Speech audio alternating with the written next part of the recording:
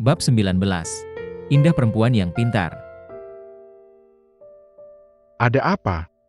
Hati ini gelisah tak menentu. Bahkan sudah selarut ini, aku pun tidak dapat memejamkan mata. Iseng kubuka saja paket yang sore tadi kuterima. Paket dari siapa ini?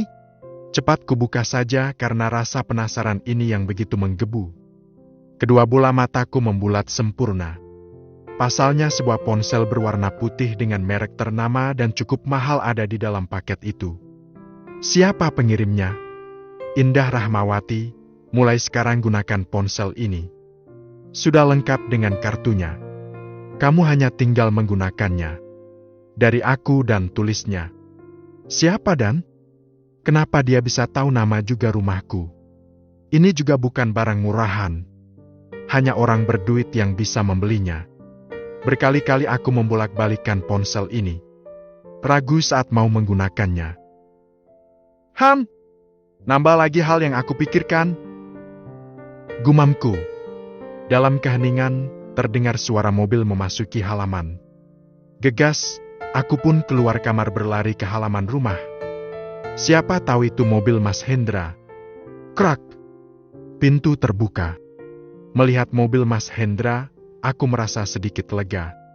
Setelah memarkirkannya, Mas Hendra pun turun dari mobilnya. Mas Hend! Panggilku. Mas Hendra berjalan ke arahku sambil tersenyum. Sementara aku masih memasang raut muka yang cukup panik. Indah, kamu tinggal di sini juga ya? Tanyanya. Aku mengangguk. Di teras terdapat bangku dan meja untuk bersantai.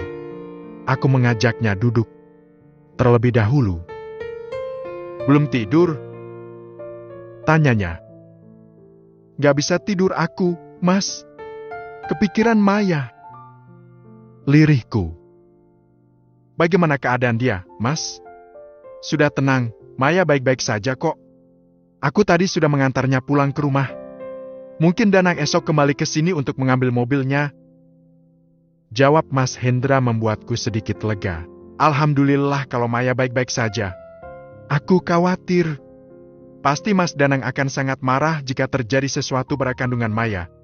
Anak itu sangat didambakan oleh Mas Danang. Wajar kamu melakukan itu, karena Maya juga tidak dapat menjaga ucapannya. Udah jangan dipikirkan lagi. Maya baik-baik saja kok. Iya, Mas. Kalau gitu aku masuk dulu ya. Pamitku. Endah, tunggu. Cegah Mas Hendra. Laki-laki itu memegang tanganku. Maaf, Endah. Ujarnya melepas genggaman tangannya. Kenapa, Mas? Tanyaku. Aku minta nomor ponselmu, Endah. Aku diam saja. Endah? Ucapnya lagi. Nanti ya Mas Hen. Aku nggak hafal nomornya. Oke. Dekat ini tempat tinggal kita. Aku masuk dulu ya. Makasih informasinya. Iya, Endah. Selamat malam dan selamat beristirahat. Ucap Mas Hendra lagi. Aku hanya tersenyum kemudian masuk ke rumah. Pintu kembali kututup dan menguncinya. Lega rasanya mendengar Maya baik-baik saja. Pagi menyapa, aku bangun dengan perasaan yang lebih baik. Kulirik benda pipi yang tergeletak di atas meja lampu kemudian meraihnya. Mengutak-atik benda itu. Apa aku pakai saja ya? Tapi aku masih memiliki ponsel dari Haris. Akhirnya, kembali kuletakkan ponsel itu di atas meja. Setelah itu, aku pun bergegas mandi untuk bersiap ke kantor. Setengah jam berlalu, aku pun telah selesai bersiap. Sekali lagi aku melirik benda pipi itu, kemudian membiarkannya. Endah, sarapan dulu. Ujar ibu. Bu buru-buru, Bu, masuk jam 8. Ini sudah jam setengah 8. Ucapku. Ya sudah minum susunya saja. Ujar ibu lagi. Aku mengangguk kemudian meneguk segelas susu. Setelah itu, aku pun berpamitan pada ibu dan bapak. Bapak tangannya panas sekali. Bapak sakit? Tanyaku sedikit panik. Cuma meriang, endok, ucap bapak. Serius, Pak? Kalau bapak sakit, kita berobat dulu saja yuk. Indah nggak mau terjadi apa-apa sama bapak. Indah mau bapak sehat supaya Indah bisa kerja dengan semangat. Ujarku. Bapak nggak apa-apa. Ini sudah dikerok sama ibumu sama minum obat. Nanti juga sembuh, ujar bapak lagi. Ah. Beneran, Pak? Bapak mengangguk. Bu, Indah berangkat kerja dulu. Nanti kalau ada apa-apa sama bapak, hubungi Indah ya, Bu. Ibu hanya mengangguk. Tapi bagaimana cara mereka menghubungiku? Aku pun teringat akan ponsel yang berada di dalam kamarku. Sebentar, Bu, Indah ambil sesuatu dulu di kamar. Ini Ibu pakai handphonenya, nanti hubungi Indah. Indah sudah memasukkan nomor HP Indah di ponsel ini ya, Bu. Caranya begini. Ujarku menjelaskan pada ibu. Ibu pun tersenyum sambil mengangguk. Keren, ya Pak handphonenya. Ucap ibu membuatku tersenyum. Ponselku bergetar. Aku melihat nomor yang tertera. Jambung ya, Indah? Ini ibu coba manggil kamu. Ujar ibu. Aku mengangguk sambil tersenyum. Indah berangkat dulu, Bu, sudah siang. Hati-hati. Ucap ibu dan bapak bersamaan. Ya Allah, jaga bapak dan ibuku. Berikan mereka kesehatan. Sebab aku belum bisa membahagiakan mereka. Lirihku saat tiba di depan pintu. Ponselku kembali bergetar. Apa ibu yang memanggil? Pikirku. Baru jaga 2 langkah meninggalkan rumah. Ternyata Haris. Ucapku kala mengeluarkan ponsel dari dalam tas. Halo, Riz. Kamu masuk kan? Hari ini ada meeting penting. Ada permasalahan besar yang memang harus dipecahkan. Aku harap ketika meeting nanti, kamu juga bisa mengeluarkan semua ide dan pendapatmu di hadapan semua orang supaya mereka bisa mengetahui kelebihanmu. Aku yakin kamu punya jalan keluar untuk masalah ini. Tutur Haris. Berkaitan dengan pemasaran produk? Tanyaku asal tebak. Ya, tepat. Aku hanya sekretarismu. Ujarku sedikit tidak enak dengan Dion direktur pemasaran. Aku atasanmu. Aku putuskan kamu mewakili aku bicara saat meeting nanti. Tidak ada pendebatan. Tegas Haris. Laki-laki itu pun mematikan sambungan telepon. Pukul 08.3 Indah. Aku pun sudah berada di kantor. Ingat, ini meeting yang sangat penting. Bahkan hasilnya bisa menjadi penentu keberlangsungan perusahaan kita. Kubaca pesan dari Haris yang dia kirim melalui WhatsApp. Gegas aku pun melanjutkan perjalanan menuju kantor. Saat aku hendak menyeberang, nampak laki-laki es batu itu baru saja keluar gerbang. Buru-buru aku pun mempercepat langkahku tanpa menoleh kanan dan kiri. Tin! Kaget aku ketika hampir tertabrak mobil yang sedang melaju kencang. Woi! Mau mati lo ya? Kalau nyebrang pakai mata! Teriak pengemudi mobil itu. Aku yang masih deg-degan dan gemetar ini, kembali mundur. Tampak Raihan menyeberang jalan ke arahku. Hati-hati dong! Ceroboh banget sih! Nanti kalau kamu ketabrak gimana? Kesalnya ketika sudah berada di tepat di sampingku. Ada yang sakit? Sejenak aku tertegun dengan sikap perhatiannya barusan. Dia membenciku bahkan memakiku. Tapi terkadang dia juga perhatian terhadap aku. Kamu ini kenapa sih, Ray? Malah bengong. Ketusnya. Ada? Ucapku. Mana? Raihan memegang tanganku. Hatiku. Ucapku sambil melepaskan tangannya. Kemudian, aku melihat kanan dan kiri.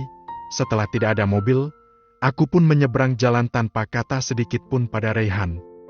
Raihan sendiri masih terdiam. Entah sedang apa, karena aku tak lagi menoleh ke arahnya.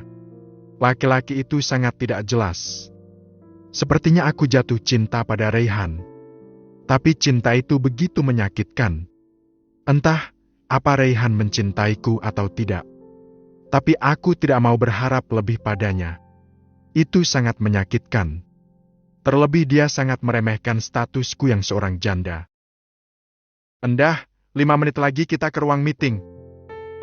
Ucap Haris sesampainya aku di ruangan. Iya, Pris. Ini berkas permasalahan, bisa kamu baca sebentar. Dan kamu bisa berpikir. Ucapnya lagi. Baik, Pak Haris.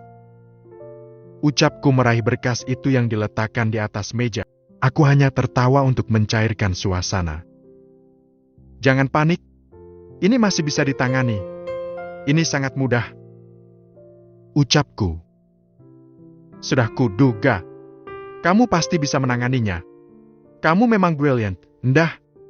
Kupastikan jabatanmu naik sebagai direktur pemasaran di kantor ini.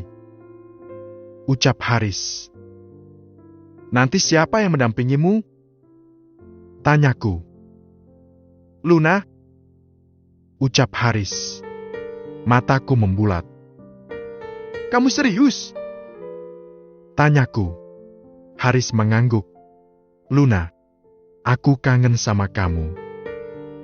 Lirihku. Bukannya Luna udah kerja? Dia sudah resign dari kantornya. Seminggu yang lalu dia minta kerjaan sama aku. Kalau aku sebagai direktur pemasaran, bagaimana dengan Dion? Aku kembali bertanya. Itu biar menjadi urusanku. Tugasmu saat ini adalah keluarkan semua ide dan pendapatmu di hadapan semua orang. Dan supaya mereka juga tahu kalau kamu memang pantas naik jabatan karena kemampuanmu itu. Ucap Haris. Bisa kita pergi sekarang? Tanyanya. Aku mengangguk. Entahlah, gambaran untuk menyikapi masalah perusahaan ini bahkan sudah ada. Taktik yang harus dilakukan juga aku sudah tahu ke depannya harus seperti apa. Gu Indah, semangat! Batinku. Saat kami keluar dari ruangan, terlihat Novi dan Raihan juga baru saja keluar. Tak sengaja mata kami saling berpandangan. Sejenak aku pun langsung membuang muka. Ketika aku ingin kembali melangkahkan kaki, high heels yang aku kenakan seolah hilang keseimbangan. Hampir saja aku terkilir kalau saja Haris tak menahan tubuhku. Indah, hati-hati! Ucap Haris. Aku hanya nyengir kuda dibuatnya. Perlahan laki-laki itu terus memandang wajahku. Lis, bantuin berdiri. Malah ngeliatin muka aku. Ujarku. Maaf, Endah. Baru sadar ternyata kamu cantik. Ucapnya sambil membantuku berdiri. Raihan masih melihat kami dari depan ruangannya.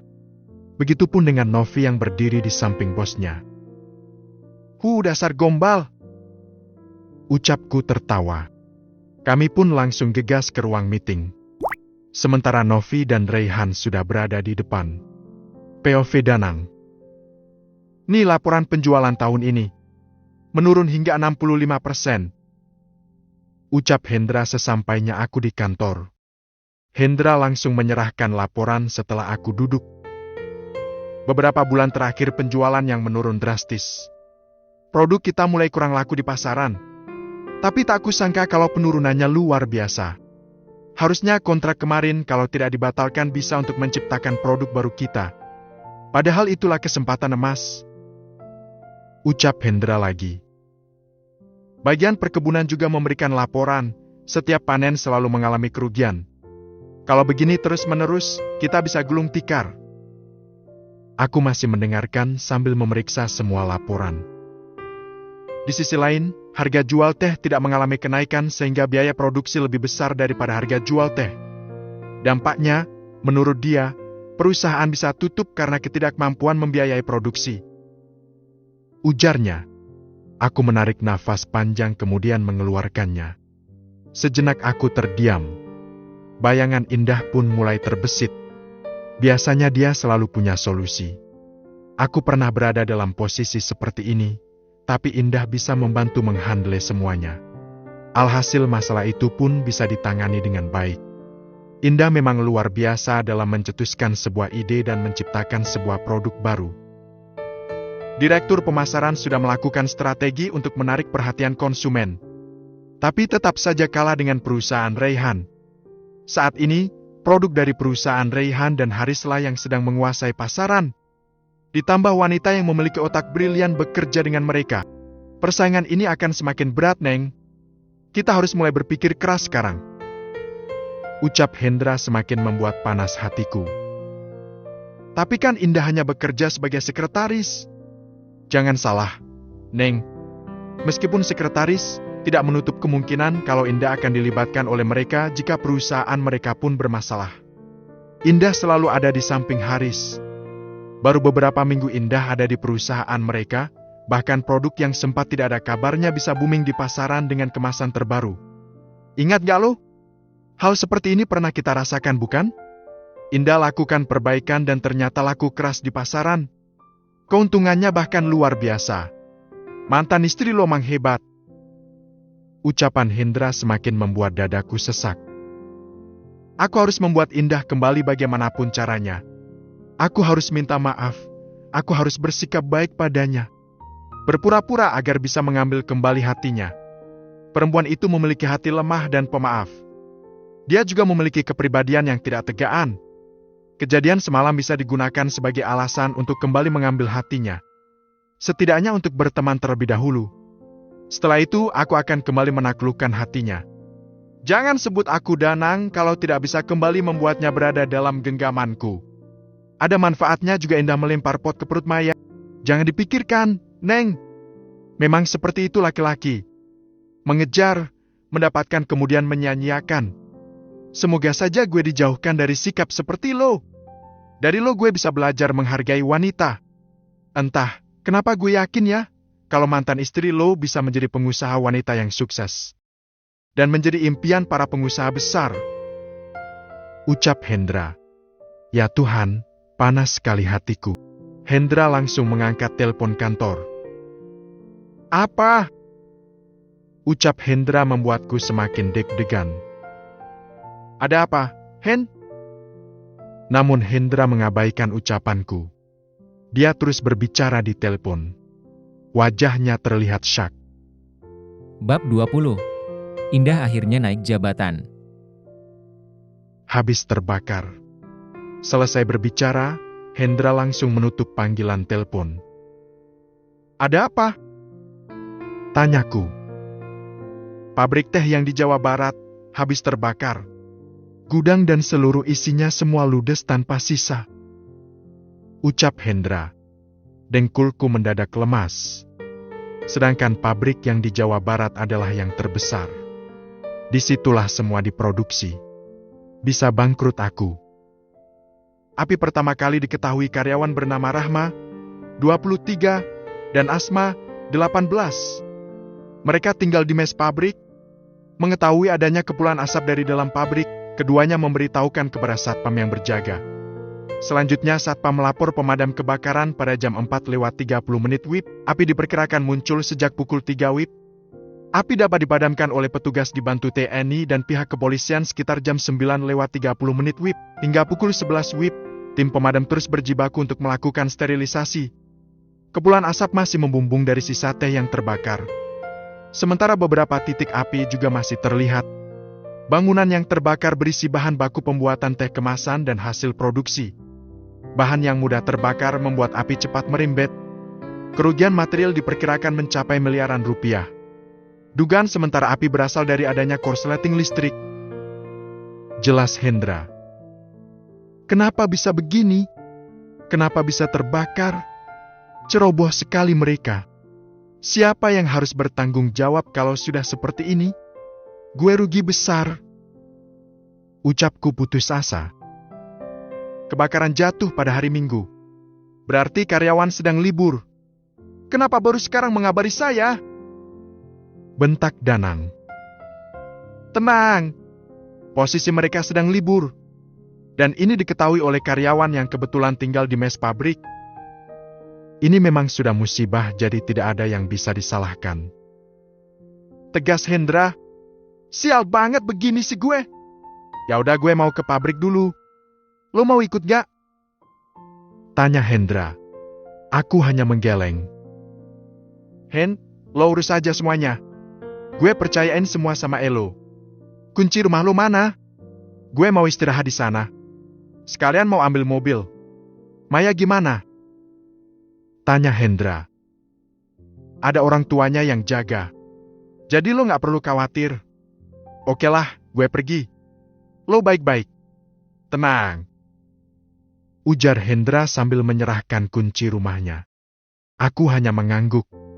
Seperginya Hendra, kupijat pelipis kening yang terasa pusing. Kenapa jadi begini? Apa ada yang salah? Perasaan kemarin-kemarin semua lancar-lancar aja.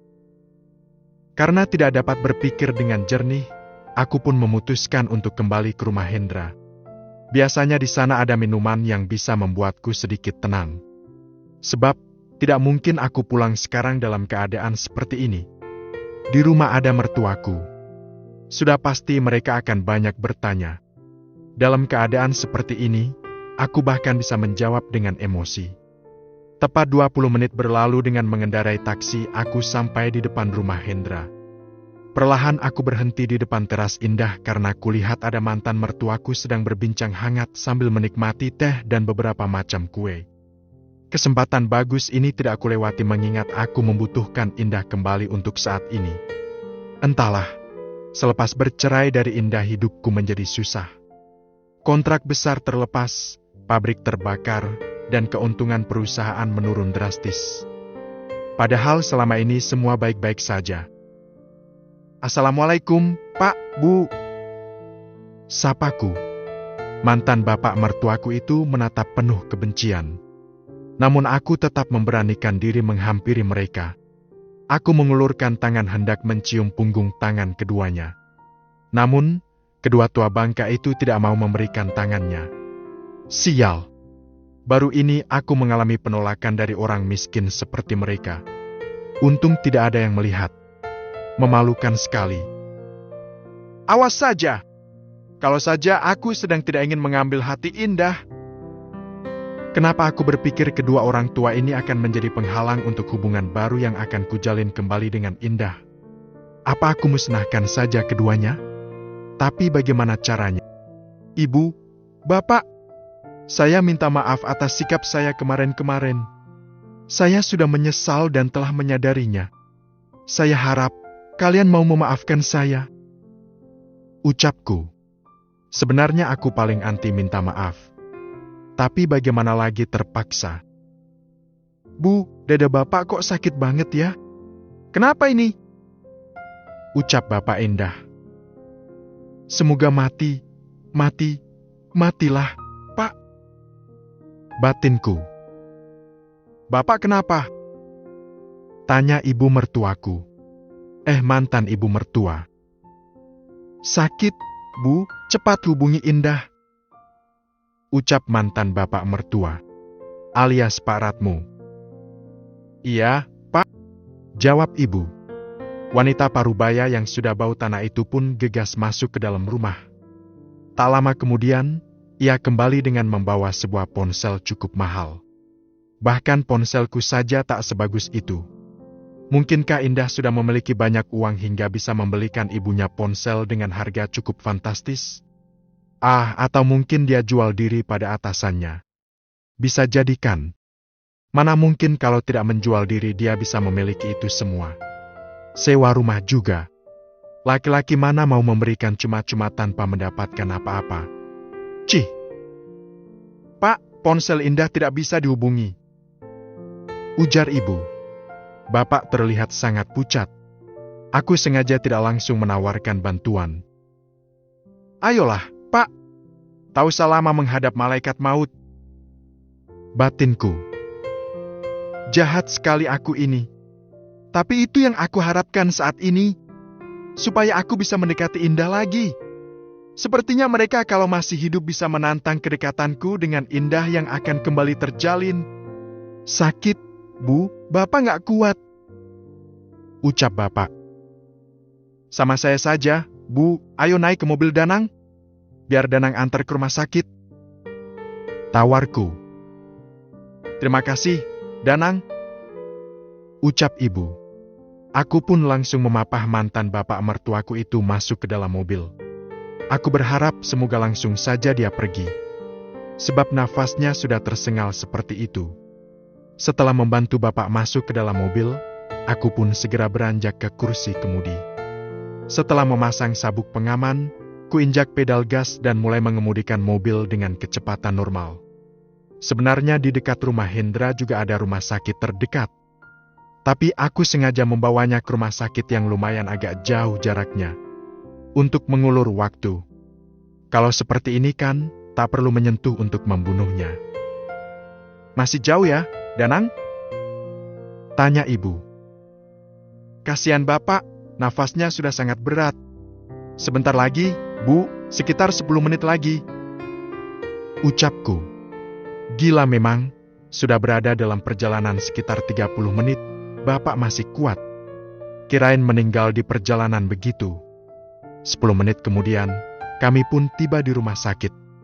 Aku sengaja menurunkan bapak di IGD, sehingga langsung disambut oleh petugas kesehatan yang bertugas di IGD. Di sana, bapak langsung ditangani. Sementara aku dan ibu diminta untuk menunggu dan mengurus administrasi tindakan selama di IGD. Ibu ndak punya duit, Neng. Ucapnya. Udah, ibu tunggu di sini saja. Biar Danang yang urus administrasi bapak. Ibu coba hubungi Indah saja, dan bilang bapak ada di rumah sakit Welas Asih. Baik, Nak Danang. Terima kasih banyak. Aku mengangguk dan buru-buru pergi ke bagian pembayaran untuk mengurus biaya pengobatan bapak. Sebenarnya kalau tidak ada tujuannya, aku ogah mengurus semua ini. Ribet. Nak Danang, nomor Indah masih belum bisa dihubungi. Nanti kalau sudah bisa, uangnya biar nanti diganti sama Indah ya. Ucap ibu saat aku kembali dari ruang administrasi. Bagaimana keadaan suami saya, dokter? Tanya ibu. Saat dokter yang menangani bapak keluar dari IGD. Nanti diberitahu kalau hasilnya sudah keluar ya, Bu. Sekarang ibu tenang saja. Bapak sudah kami tangani. Ujar dokter. Ibu mengangguk. Kemudian aku mengajaknya untuk duduk di ruang tunggu yang berada di depan ruang IGD. Niat hati ingin menenangkan diri karena peliknya masalah perusahaan, malah harus ikut capek mengurus hal seperti ini. Sungguh kalau tidak ada tujuan aku enggan melakukan hal ini. POV Indah. Tepat pukul 11, rapat penting ini selesai juga dengan hasil rapat yang sangat memuaskan. Semua ide dan pendapatku tuangkan bahkan hingga strategi yang harus dilakukan. Bersyukur, semua orang menerima dan menyetujui gagasanku. Bahkan sebuah kejutan di akhir rapatku dapatkan, yaitu kenaikan jabatanku sebagai direktur pemasaran. Ini adalah pencapaian yang sangat fantastis menurutku. Semua orang yang berada di ruangan bertepuk tangan dan memujiku. Sebelum meninggalkan ruang rapat, mereka semua bergantian memberi selamat atas kenaikan jabatan ini. Luar biasa, Bu Indah. Ucap Dion. Kali ini posisinya turun menjadi manajer pemasaran. Tapi tak ada raut kecewa sedikit pun yang terlukis di wajahnya. Saya akan banyak belajar dari Bu Indah. Anda memang sangat pantas. Pujinya. Jangan berlebihan memuji, Pak Dion. Saya biasa aja. Ujarku. Biasa menurut Anda, luar biasa menurut saya. Sekali lagi saya ucapkan selamat. Terima kasih. Balasku penuh senyum. Selamat ya, Endah. Kamu sangat hebat. Puji Novi luar biasa. Iya kan Pak Rehan? Novi beralih ke Rehan. Jawab Rehan. Haris terkekeh. Sebagai CEO perusahaan seharusnya Anda sangat senang dengan keberadaan Indah, Pak Rehan. Ucap Haris. Rehan hanya diam saja sambil meminta Novi kembali. Saat kami baru saja keluar dari ruang rapat, tiba-tiba Luna sudah berada di depan pintu. Luna! Teriakku memeluknya. Indah, apa kabar? Dengar-dengar kami naik jabatan ya? Selamat ya sayang. Ucapnya. Kamu tahu dari mana? Tadi bisik-bisik staf kantor. Ucapnya. Haris, Raihan, apa kabar kalian? Aku akan bergabung. Ujar Luna menjabat tangan Haris dan Raihan secara bergantian. Kabar baik? Ucap Raihan penuh senyum. Manis sekali. Andaikan laki-laki ini bisa bersikap manis terhadapku. Selamat bergabung, Mbak Luna. Ujar Novi mengulurkan tangan pada Luna. Luna pun menyambutnya dengan penuh senyuman. Terima kasih. Please bantu aku cari tempat tinggal ya. Soalnya aku pindah juga dari kosan. Pinta Luna. Mbak Luna kos sama saya mau? Saya sendirian. Tawar Novi. Sama aku juga bisa, Lan. Masih ada kamar kosong? Ujarku. Atau mau tinggal sama aku, Lan? Kebetulan aku baru menyewa rumah di dekat kantor. Ucap Raihan terkekeh. Haris mendelik. Pantas semalam kagak pulang. Celetuk Haris. Tiba-tiba ponselku bergetar setelah aku mengaktifkannya. Semenjak rapat tadi aku memang mematikan ponsel. Halo? Kuangkat panggilan dari nomor yang tidak dikenal itu. Halo, Indah. Ini aku Danang. Bapakmu sekarang lagi ada di rumah sakit Tulas ASI dan kondisinya sekarang kritis. Kalau bisa kamu langsung ke rumah sakit ya. Kasihan ibumu nangis terus. Ucap Mas Danang. Ya Allah, Mas. Aku segera ke sana ya. Terima kasih informasinya, Mas Danang. Ujarku. Ternyata laki-laki itu masih memiliki hati nurani. Danang, kamu ucapkan terima kasih sama, Danang? Kamu masih berhubungan sama dia? Tanya Raihan. Namun aku mengabaikan ucapannya. Fokusku saat ini hanyalah pada Bapak. Air mata pun mengalir deras di pipiku. Aku takut terjadi sesuatu sama Bapak. Endah, kamu kenapa? Jangan nangis. Ujar Luna mengusap pundakku. Mas Danang nelpon, dia bilang Bapak sakit. Bapak ada di rumah sakit Tulas ASI dan kondisinya saat ini tengah kritis. Hiks. Ya udah sekarang kita susul ke rumah sakit. Ujar Haris. Aku mengangguk. Kami pun langsung bergegas. Naik mobil gue aja yang gedean. Ucap Raihan. Terserah pakai mobil siapa juga. Yang penting bisa sampai ke rumah sakit. Timpalku. Kamu tenang ya, Endah. Ucap Luna yang terus menggenggam tanganku. Ya Allah, semoga tidak terjadi apa-apa pada Bapak. Aku baru saja ingin membahagiakannya. Baru saja aku hendak menuju jalan suksesku. 1 jam berlalu, kami pun sampai di rumah sakit. Aku langsung menghubungi nomor Mas Danang. Untung ada dia. Tidak mungkin ibu bisa mengurus semua ini sendiri. Apalagi masuk rumah sakit besar sendirian. Biasa ibu pergi ke rumah sakit karena aku yang mendampingi. Itu pun rumah sakit di kampung. Halo, Mas. Ucapku saat Mas Danang sudah mengangkat panggilan telepon dariku. Iya, Endah. Di mana? Sudah sampai? Sudah. Ini aku dan yang lain sudah berada di parkiran. Bapak di ruang apa? Tanyaku. Langsung saja ke HCU, kami ada di depan HCU. Baru saja bapak kami dipindahkan. Ya, Mas. Makasih banyak ya. Untung ada Mas Danang. Kami segera ke sana. Ujarku memutuskan sambungan telepon. Kok bisa ada Danang sih, Endah? Tanya Luna. Aku nggak tahu, Lan. Apapun itu, aku sangat berterima kasih pada Mas Danang. Kalau nggak ada dia entah apa yang terjadi. Pasalnya ponselku tidak aktif. Pagi tadi badan Bapak memang sangat panas. Wajahnya juga pucat. Tapi saat kutanya, katanya hanya meriang biasa. Ujarku. Sudah, semoga nggak terjadi apa-apa sama bapak kamu. Ucap Luna. Amimin. Jawab kami serempak. Mas, Danang, ibu kenapa? Tanyaku sesampainya di depan ruang HCU, sebab Mas Danang sedang mengangkat tubuh ibu yang terkulai di lantai dan tak sadarkan diri. Segera aku pun berlari menghampiri. Jantungku berdegup, dengkulku juga lemas. Melihat ibu seperti itu, aku benar-benar tak berdaya. Hampir rasanya tubuh ini tumbang. Tapi aku mencoba untuk tetap kuat meskipun ada ketakutan luar biasa di dalam hati. "Mas, ibu kenapa?" Tanyaku lagi setelah menyandarkan tubuh ibu di dadaku. Saat ini posisi kami pun berada di lantai. Tak lama kemudian, datang suster membawa kursi roda dan menyerahkan pada kami. "Mas, ada apa?" Tanyaku lagi.